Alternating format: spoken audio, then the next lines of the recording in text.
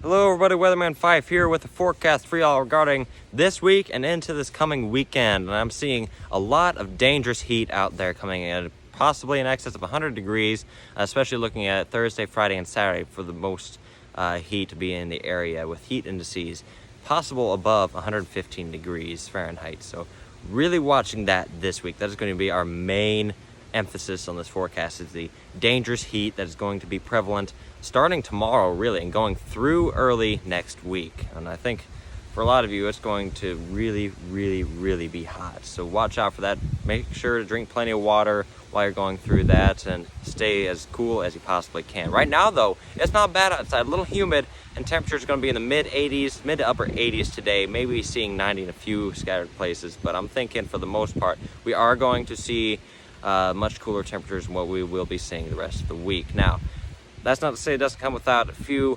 raindrops across the area. We are seeing a few thunderstorms off to the northwest, pushing generally southeast. Those are going to be hitting, if they do make it, which they're currently weakening as they move into the area. If they do make it as far south as Washington, they'll likely be a little further west. Maybe the outskirts of Washington will get a few raindrops, but once it moves south, it's going to be out of the area until maybe 3 or 4 o'clock, when another round of storms, possibly severe. There are some models that are saying yes on this and some that are saying no. So right now that's kind of going to be an if those storms develop off to the north in north central Missouri, then it'll be possible. But right now I'm seeing chances are kind of minimal for that happening, but it's still a potential. So watch out for that. Main threat with those storms would be damaging wind gusts of 60 to 70 miles an hour and some large hail quarter size or maybe a little larger. Now we're going to be looking off to this evening and tonight really, which between 8 o'clock tonight and 8 a.m. tomorrow morning, that's when we're going to see the greatest potential for any thunderstorms in our area. We're going to have thunderstorms that'll push into the area. Timing is not exactly certain on this round of storms.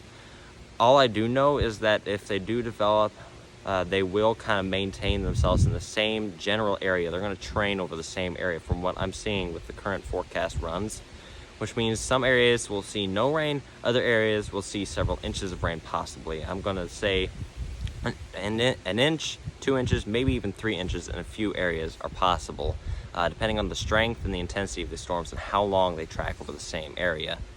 So watching out for that tonight should bring a little bit more drought relief, which, by the way, we have actually gone out of the severe drought after being more than a month and a half in it.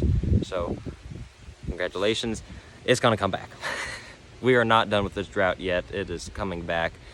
Depending on whether or not we get rain tonight will kind of be a big factor, because looking out past today and tomorrow morning, we don't really have any chances of precipitation at all until maybe late next week. So expect a lot of dry time and a lot of heat going up in the next week and a half. That's all I've got for you folks today. Make sure to stay cool and stay dry today, but stay especially cooler later on this week. I'm Chief Meteorologist Ian Pfeiffer, KNL.